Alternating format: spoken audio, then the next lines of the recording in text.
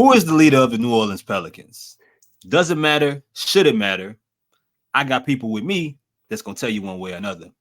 Let's talk about it. You must know that first. Can't nothing and nobody fade what we trying to do and what we about to do. Second thing is, we got this game on our level. You understand what I'm saying? You understand what I'm saying? Say that. Welcome to another episode of In Space. I got my partners with me. The media duo. Media You men. all right? You all right today? Man, I don't know what's going on, but I got media man 1 and media man 2. Y'all see, if y'all just watching this show, before I started this, we had to restart it again because I can't get my words together. I don't know, but it is what it is. I got Professor Brother 5. What's up, brother? What's up, man? How you feeling, bro? I'm all right, man. Got my other dog covering his first game. Unfortunately, 5 can't, be there, show the rookie through the ropes, you know what I'm saying? But he gonna pull up, do his thing, huh? Yeah, yes, sir. We gonna handle it. We gonna make sure, you know what I'm saying, we good. Appreciate my dog 5 for all that advice throughout the process, though. Man, you got your uptown map, dog. You can navigate anything. You got your compass. You know that, man. I just want to say they let us in the door. Come on. And they let us in the door. That's it. They let us in the door, and that shit beautiful, man. All right. So reason I want to do this show, just finished the show with 5 and Lido, which I don't know which one will come out first, but 5 brought a great. That was a little crazy. Look. All right, look. All right. Flag on the play. All right, but look though, 5 made a really good point. We was talking late in the show about leadership on the team, and he brought up something that David Griffin said that kind of, ties the entire conversation together, which makes the conversation on a team that has multiple players / people that you could consider leaders, number one leader on the team. And we're going to talk about if it matters, who should the leader be. We'll take it from there. But first, let's hear what Griff said on Media Day. Yeah, so one, I think that's one thing we were pretty clear we needed. When you don't have an alpha number one player who's clearly the linchpin for everything every day vocally, you need to get leadership from a lot of different places in the locker room. 5? Listen, I think those are words. If you heard them for the first time, you probably didn't think anything of it. But I think he's talking specifically to someone, right? I think he's talking to someone specifically to say, hey, if you're here, if you're available, if you're the alpha that you say you are, if you're the guy that people believe you are, you have, it makes everything easier. We're not talking about hiring different people for different positions. We're not firing different people for different positions. We're not looking for extra coaches. We're not looking for this, that, and the thirds, which are things that need to be fixed. I'm not skating over that. But if the number one guy is the guy, that allows them to do those things with warrant, right? They don't have to go back to Mrs. Benson's to get clarification, or they don't have to do those things. So I think this is just saying they need a guy. They need the guy to be the guy consistently, night in, night out. I think vocally is the key word there. Yeah. I think when you hear what he said there is leadership there. There is lead by example guys. But that's not what he said. He said vocally. So because no one is raising their voice, you have a mashup of leadership, and sometimes it does not work that way. You have so many chiefs and you don't have enough Indians. You don't specifically have the guy, or the guy that you want to specifically be vocal is not the guy who is raising his voice. I think he was having a conversation with him through the media and it just so happened to come off that way. Chris, Before, my bad. Before you dive into this, I was thinking about somebody in particular. I don't know if that was crazy, but Cat, Karl Anthony Towns, right? I think he was in a similar predicament, right? Like he was the guy in Minnesota, but he might talk, but it doesn't relay. It doesn't have the same impact as it did when Anthony Edwards came in and everybody like migrated to him, right? Like because the play of Anthony Edwards matched his intensity, matched his work ethic. Like it was all one cohesive thing. Like if you talk to Anthony Edwards, like he thinks he's the best at everything. But if you see the work that he puts in, like he talks about the conversation between him and Steve Kerr when he worked out for the Warriors, and Steve Kerr's like, you're not working hard enough. And he took that information that he got from there. He was like, yo, we got to change everything that we do now. And you see the results of this. So I think this is like the similar situation for the Pelicans. Is like, you got a guy that's all world on your team. There's only one of them on this team. That's all world. He's one of one. And he has to, like, it makes everything easier if you're just that guy, if you lean into it. Because you can tell by the way Zion plays that it's there. I think back to the Phoenix game. I think back to the Minnesota Timberwolves game at home. And it's almost like he feeds off that energy. And you can tell that it's there. But how do you get that out of Zion? Like, how do you maneuver that? How do you pull that out of somebody that not a recluse, but almost somewhat a shell of himself at times? You know what's interesting to me? In some ways, Anthony Davis's experience in New Orleans always makes the leadership conversation interesting, right? I always go back to it because I remember when he was drafted, and it kind of ties into environment and how things are set up for you once you walk into a place. But I remember when Anthony Davis was drafted, it was Eric Gordon's first year, if I remember, his first year healthy in New Orleans. So it wasn't really. It may have been his second year. I think his first year he ended up getting hurt, and then the second year it was kind of, you had so many other guys that were on that team. The first year, AD was just kind of playing his role. Second year, they decide they trade for Drew Holiday. They go out and put a sign and trade together for Tyreke Evans. You still got Eric Gordon. You still got Ryan Anderson. So now the leadership responsibilities, you got guys that are more accomplished than you, former Rookie of the Year, an all-star that's ahead of you. But everybody knows you're the dude that has to take this team the furthest. Second year, first year, AD was a little like he was finding himself. Second year, he was clearly the best player on the floor. And now it's like, oh, okay. Well, now we know what this dude is, but we got these other dudes in front of him. Even if we want him to be the leader, it's too late. He's not going to feel comfortable to step in. And what I wonder with Zion, I don't know if he is that guy, if he's always been that guy, or if it changed in New Orleans. Maybe, he walked in, JJ Redick was in the locker room, Derek Favors was in the locker room, Drew Holiday was in the locker room, who had already been there. Lonzo Ball got there. Brandon Ingram got there. You got Josh Hart. So many dudes in front of him where he kind of just sit in the shadows and not really be forced to be that guy. And then the talent shows. And now that's over with. Now, so you brought up Ant Edwards and Cat, and that's what makes the Brandon Ingram situation so interesting, because we've heard so often that BI is the leader. We heard that he's the guy that the players gravitate towards. He's the guy from that perspective, but the ultimate ceiling of the team, the energy of the team is driven by number one.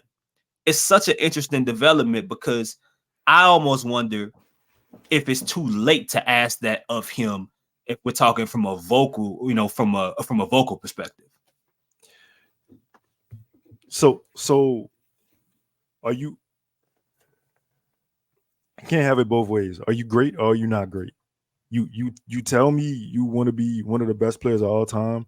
Like you can't have another man standing in front of you and you speaking on the side of him, you speaking through other people. Like you can't be that person and have these lofty expectations for yourself. I'm gonna be honest. I am not a person who like I don't buy in the hype. I will say that listening to him on media day, he kind of won me over. Like his energy was different. His feel was different. He didn't feel like a kid anymore. Mm. He felt like he was standing on business. He was serious. It was more of like, I'm just trying to get to work. Like, I don't even want to do this shit. This shit's silly to me. Like, put me on the court. That's literally what I got from him. And Five was sitting right there. It was one important thing for me that he said that kind of let me know his mental state, not mental state as far as like his mental health, but just where he was at. He said, I thought about the summer if all this got taken from me, who would take care of me? Who has my back? Mm. And he said, nobody. So let me ask y'all, because then there is, I've heard about Najee Marshall's leadership from a different perspective. When we're talking, the vocal element, there's also the side of, for those that will say, your number one guy maybe doesn't have to be the loudest dude in the room, but you got to have somebody that's willing to be, to be that individual. Mm-hmm. What about the person that says, I thought CJ McCollum was brought in to be that guy? See, it goes like to a certain extent, right? Like your talent and your leadership aren't mutually exclusive, but they do kind of intertwine with each other. Like Najee can be a leader in certain aspects, right? Like, but leadership coming from your number one person, your number one guy, again, just makes everything easier and easily digestible. Like if it came from Zion, Zion speaking his mind about what the team needed to do, and then he went out and did it. He went out and did those exact things that he was trying to get everybody else to do, playing help side, blocking a shot, rebounding at a critical time. These things happening for your best player allows, when it happens for a Najee Marshall to do it, he can say it then too, because the best player is saying it. So it's almost like Zion is the glue. He may not be the glue guy, but he is the glue. Like he is it. If it's for Zion, he is the foundation, then everybody else can stand on top of him. Lito. No, wait, hold on. Wait, no. I was gonna ask you what's changed basically in a year from Brandon Ingram being the leader of the team and not being a quote unquote question, him being the leader of the team, to now it's seeming like it's back up for grabs. I don't necessarily feel that way. And when I was speaking about Zion, I meant from, and I'm gonna give you this perspective, right? You look at the Bulls, look at the Chicago Bulls. Everybody knew who the leader of that team was. Everybody knew who the man on that team was. That Mike is the man on the team, but who everybody went to? Scotty. So leadership is not, I guess, not a monolith in you know what I'm saying? Like leadership is something that you get certain aspects of leadership from, like, it's like your mom and your dad, right? Like you're gonna get a certain style of love from your dad that you ain't gonna get from your mom, and you ain't gonna go to your mom for the shit that you could get from your dad. So if you think about it like that, it doesn't necessarily have to, not necessarily up for grabs. It's just they're two different styles. Both are the leaders of the team because they're the two best players on the team. I think that when you think about it in those terms, like it makes sense because, like I said, Zion has these lofty expectations, lofty goals, but Brandon has brought you to the place that Zion has never brought you to. So I don't think that leadership can ever be taken from Brandon in that aspect. I don't think we've ever, got to this point where I disagree with you to this extent, because Zion has done something that Brandon has not done. Right? He got this team to almost the number 1 seed in the West. Yeah. And to think about it, at the end of December, they were back and forth between them and Denver, the NBA champions. So if you're looking at it, like, that team got to the NBA finals and won, and we were neck and neck with them, and we ended up falling off a cliff and not even making the playoffs. That's what makes it up a grab, because I think the team knows if that dude's playing at that level, he can take us to the promised land. Like, he could help us get there, because without him, everything fell apart. Not because Brandon wasn't playing, but without Zion, everything else fell apart. Well, so look, five. Nah, go ahead. So go look, ahead, and I look, I don't disagree with that. It's kind of like this though, right? So when Mike left, when Mike retired, played baseball, the Bulls were still number 1 in the East. However, when it came in the playoffs, they were 1 game away, I think, from going to the Eastern Conference Finals. And you just didn't have that man. That man wasn't in. Listen, Brandon is great, dog, but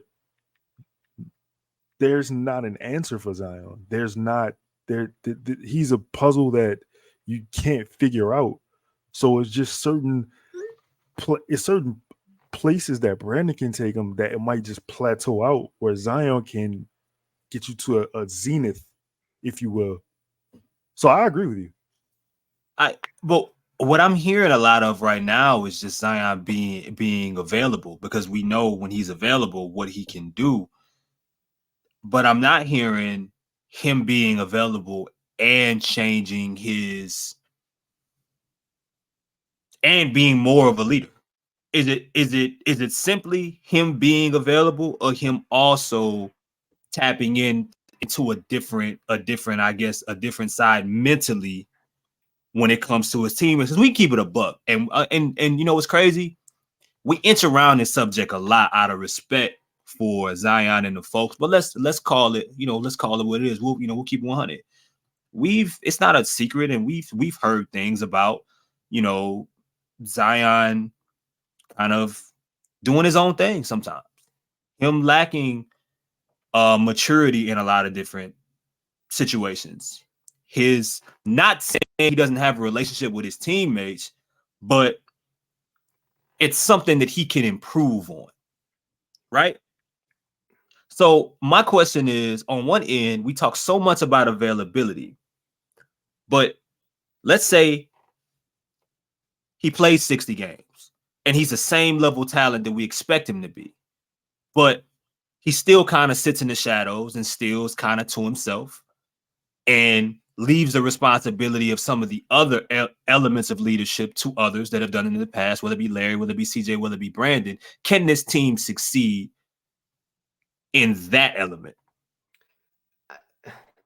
I would just interject at this point. Like, I don't think like David Griffin's comments were like, yo, we need Zion to be like this exceptional leader.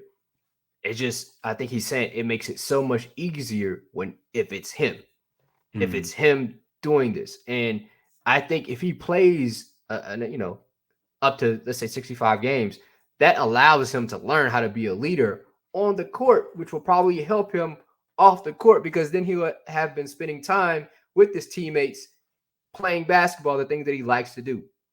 So it all revolves around him being, one, available on the court, then two, learning how to be a professional. It'd be the first time in his career that, he'll be playing this extended amount of minutes and playing with somebody like CJ McCollum, playing with an older Brandon Ingram, playing with a guy like Larry Nance. Like, all right, yeah, everybody ain't supposed to be click tight, but at least you'll learn some things from dudes that's kind of been in his league for a minute. On media day, Zion said I can't be the leader of this team. I haven't been here. I haven't been available. If you ask me, that's accountability. That's accepting. That's accepting what you haven't been. Basically, he looked himself in the mirror. He saw what he was, and he saw what he wasn't. He saw he had not been the best version of himself. Once you look yourself in the mirror and you don't like what's looking back at you, if you don't make those changes, you're not accountable. You're not holding yourself accountable. Like, and to answer your question, a leopard can't change his spots, right? Like Zion is not. He's not going to fundamentally change who he is as a person. Zion, I don't know if this is true, but he may have social anxiety. He may not be a people person. He may not be a guy who's going to come and hang out with you after, get a drink and shit like that. But that doesn't change who Zion is on the court. And on the court, he can be that. He can provide that sort of leadership. He can still be that guy. I asked that question because I had a conversation with Chaz about this subject not too long ago before Media Day. And we started talking about the early years of Kobe Bryant. And if anybody follows the early years of Kobe with the Lakers and with Shaq, similar things that are said about Zion and how he is, quote unquote, as a teammate. Now, granted, Kobe was available a lot more games early on than Zion was, right? The team was at different levels consistently. It was different. However, there was a bit of, hey man, like Kobe had to mature in a lot of different levels, and books, teammates, coaching, a lot of people had, they had their issues with being, but they knew what he was when he was on the floor, and eventually he delivered, and everything magically changed. Eventually he does mature, take some lessons, take some accountability for things that went wrong with previous teammates. Shaq, for example, so on and so forth, grows as a leader. Years later, he wins multiple championships afterwards. And that's why I really asked that question, because so much of this, when I hear about Zion, in some respects reminds me of those early years with Kobe, and from coaching staff to teammates to OGs to people that was in the locker room, Robert Horry to Shaq, and things that they said about him, and just the levels of, I guess, maturity that had to be taken for, a dude that, look, man, we all mature at different ages, right? Yeah. Go ahead. I'm sorry. I was gonna tie in our points to this. Is like Lito said that Zion knows that he hasn't been available. How can he lead? I think that's optimally true, because like he has to be a follower first. And how can you follow something if you haven't even been available to do anything? And then him learning how to be a leader in that process. So of course I would like the guy to be a more vocal leader, but it's like talking all this shit and you ain't got no stats behind it. Like you ain't got no frame of reference. This is just some shit you pulling out your ass. Like, nah, don't tell me nothing if you ain't gonna do the exact same thing, or you haven't been there, or you haven't been in these wars with us. Like, that's what Zion's probably coming from. Like, nah, bro, I gotta earn it. Like, I gotta earn the right to tell somebody else what to do. And he's probably not there yet. Yep. That's a good point. Okay. Kobe. I'm gonna start with Kobe. I'm gonna make it full circle. But Kobe, 18, came in the league at 18, foreign born, speaks multiple languages. Only interest is basketball. A masochist, a guy who is a serial. Kobe was insane. Like, it's fucking insane. Nobody had even the 17-year NBA players at the time on that team, Byron Scotts of the world, they didn't have the level of intensity that he had at 18. How could I relate to you? How could you relate to me? The thing with Zion is he's been famous since he was in 8th grade, I think. I think his first dunk was in 6th grade. He was on Sports Illustrated in his early years. He's been the best player everywhere he's been. He's had this fame, this superstardom. Nobody on this team can relate to that. Nobody on this team has been there. the thing about being a leader, or fuck the leadership shit. The thing about being a team, fuck the teammate. The thing about being a friend, your homeboy, right? Like y'all my partners. But the thing is, you gotta have a certain likability. You gotta have a certain sameness. Dog, Zion he came in the league at what, 19? He had no life experience. He really didn't even have basketball experience. He played 1 year of college basketball. Like Brandon had been in the league for 4 years already when Zion was drafted. That was going into his 4th year, yeah. Look what Brandon came from, right? Brandon was just playing with Brian. How the fuck am I? You know what I'm saying? Like it's just a slope that it takes time, like life experience, time, dog. Like, to be honest, I feel like, and Five just said this, but I'm gonna kind of say it a little differently. I feel like we just did the duo thing, the duo pod. I feel like that this is gonna work because I really feel like they feel played. I really feel like they feel pissed off. Like, bro, we was number 1 in the West for whatever, a cup of coffee. You know what I'm saying? But we was number 1 in the West, and we didn't make the playoffs. Dog, we couldn't even see the playoffs. You telling me all this talent you got, all this talent I got, dog, like Brandon could be whatever, however you rate him, he could be that. Wherever you rate Zion, he could be that. I'm saying, like, realistically, like, these are things that they could say. You know what I'm saying? You know people, well, I could do this. Realistically, like, they could do these things. Is literally about availability. And for me, Brandon answered a lot of questions too, in his media day session. But the one thing about Zion, we keep talking about media day, but the one thing that really was brought up to me is Zion was like, how many, I'm frustrated. He didn't say frustrated, but he was like, I'm a little annoyed because why do I always gotta, keep saying I want to be here? New Orleans is my home. He like reiterated that shit so many times at media day to where, like, it was just like, well, damn, dog, like, all right, I'm sorry. That's it, man. It's such an interesting conversation, man. Because I mean, like, outside of basketball, bro, leadership comes in so many different forms. It arrives in so many different ways. Some are able to lead by actions. Some use their voice. Some pick and choose when they speak.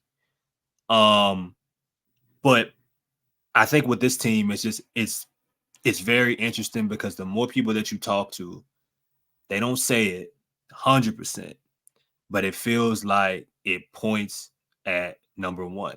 It's like, all right, it's almost as if like Brandon Ingram was the leader because of absence.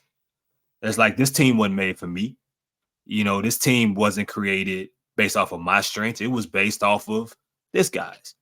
So I'm just filling in right now. I'm filling in, and I'm doing the best that I can do, and people are gravitating towards it. But this was made for number 1, and it's gonna be really interesting this year. Where everything that was said, that y'all mentioned about media day and being there, and and the changes in what this team can end up doing, because I mean, from everything that we've said in this show. And everything that Five you mentioned about David Griffin, you listen to a few different CJ McCollum, podcasts and press conferences. It sounds as if he's speaking to number 1 as well. And even if it's not necessarily, you can call it tough love, you can call it constructive criticism, you can call it whatever, but you need what you need for this team and for your family to be successful one way or another. And if you got to look that individual in the eye, you got to find other ways to do it. You got to do it. We've been saying it's all on Zion. Still sound like it's all on Zion. Still. CJ McCollum the boys out the whole summer. Like, I don't think he's just been calling Zion out. He's kind of been talking professionalism to everybody. Mm-hmm. I mean, everybody has a lesson to learn from him. Like 10 years of 20 points. Like, you got to understand the the 10,000 hours that he's put in, not only in his game but in his body. You know what I'm saying? Like that's the thing. Like this is not a we playing a child's game, but this is not a game to him. You know what I'm saying? Like, this is real life. This is what I do. I'm looking at Trey like, if I was talking earlier, Trey just needed to be in a mix, dog. Me and you, Chris, was talking about this. When that shit first happened to Trey, as somebody who played basketball, the thing that I said was, yeah, like he gonna be all right, but having basketball taken away from you when you're a hooper, that shit hurt more than anything, dog. Like I just wanna walk around and me and Five would just walk. Dog, me and Five was in the arena, dog. We literally like was just playing shadow basketball to the point where like we ended up stealing the basketball. Like we couldn't help it. You know what I'm saying? Let me get that. Lead that. Go ahead. Go back where you were. Go ahead. Yeah. but nah, like I really feel like this is I need to be this guy. I feel like this is the year, man. This is the year. Can't believe I did that. No, it is, man. I think these dudes, again, individually understand what they have to do. They're just tired of talking about it. Like, like Zion got pissed, because you're asking the same fucking question day in, day out about, like, of course you're gonna push somebody to walk out the door because you keep questioning me. I hate for somebody to ask me the same thing I just said, or it's redundant. But again, Toledo's point, I think he talked about, I don't know if it was this episode or the previous one, about like Zion understanding like who's there for him. I think that's like really important, right? I think that's really important. Like this dude's about to have a kid and he's wondering like, yo, none of this shit really matter. Like what y'all talking about really doesn't matter. It really doesn't. Like I'm about to bring a life into this world. So about, you talking about this on my off the court, excursions, like, yo, that's none of your business. Like you don't need to know about that. If I'm not hurting you, if I'm not like ruining the reputation of the team, if I'm not doing anything like, that's harming somebody else, leave me be. And I think he's got to that point where like this dude was super jovial at like in previous years. And now like he don't even want to kick it because y'all done almost ruined the reputation. Like y'all almost ruined it, ruined the vibe. Mm-hmm. Yo, can I add on to that point? I feel like, man, Chris, me and you was talking about this new media shit, like what I would say that we are new media, and I feel like, to be honest, like I think the media got to be better in general. Like the media has to be better. Better questions have to be asked, and in a more poignant timing. And I feel like the point of media is to get in-depth answers or introspective answers on certain aspects of the game, not a motherfucker life. Not what's going on in your personal life. Your mama's sick with cancer. Why we ain't know that? Bitch, because you don't deserve to know that. That's none of your business. Nothing to do with the game. Nothing to do with the game. You asking because you wanna have like an actual conversation on how this affects why we're all here. Are you asking because you're being nosy and you want me to say something crazy, or you want me to slip up and say something that you can write down for your story that's a few days from now ain't gonna matter? Whatever your question is to me, that gets whatever response that you're looking for, gonna fade away quicker. And in this age, this world, gonna fade away in 2 days. So what's really the point? So I get that, but that's a really good point, Lito. That's a really good point. Yo, man. The title of the show was "Who is the leader of the Pelicans?"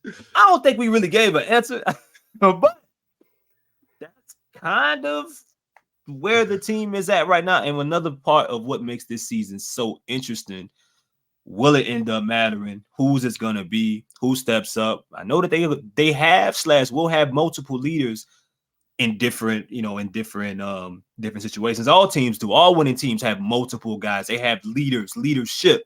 It's a committee, right? Okay. Matter of fact, I'm dropping an article tomorrow, right? Hey, And I literally talked about CJ Brandon and Zion being a triumvirate.